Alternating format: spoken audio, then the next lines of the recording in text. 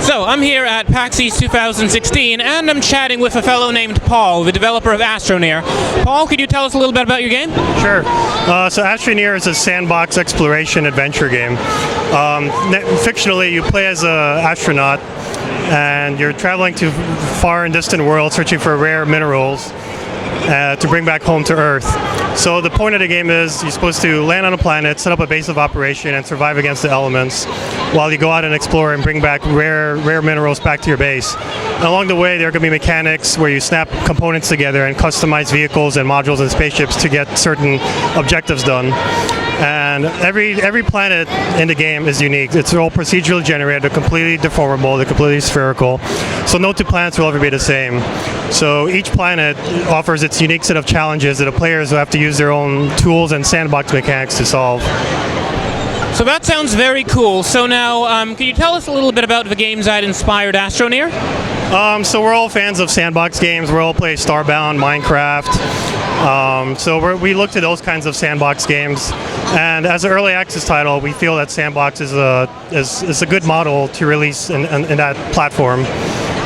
So we look to those kinds of games mostly. We also like emergent games. Well, a lot of us play DayZ. Games that don't have an explicit objective. You kind of choose your own adventure.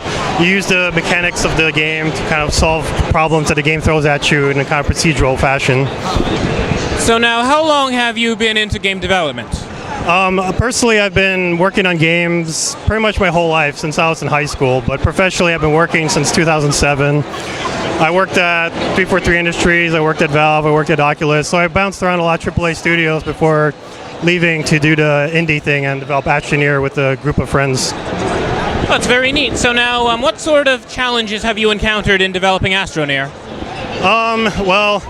So when you're in AAA development, your role is highly specialized. So as a 3D artist, mostly working in a full-time job, pretty much my day-to-day job is doing 3D art assets. But when you do an indie startup and when you're working with 3 or 4 other people, you have to wear many different hats. You have to do marketing, you have to do logistics, you have to talk with publishers. So you get a very rounded view of game development. So it's not so specialized like you have at a job at, let's say, Microsoft.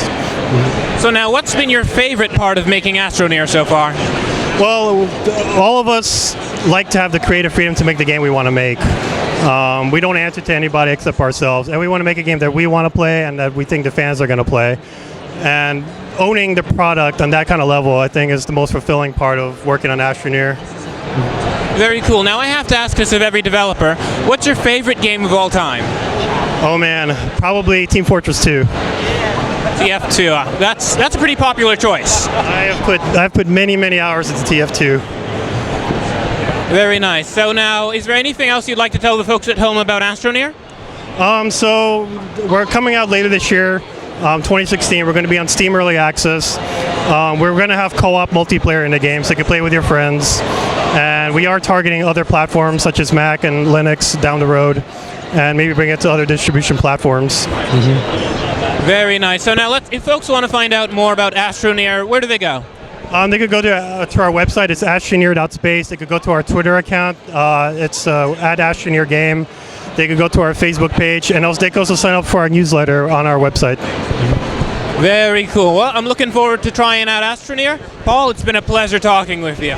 Enjoy your PAX. Thank you.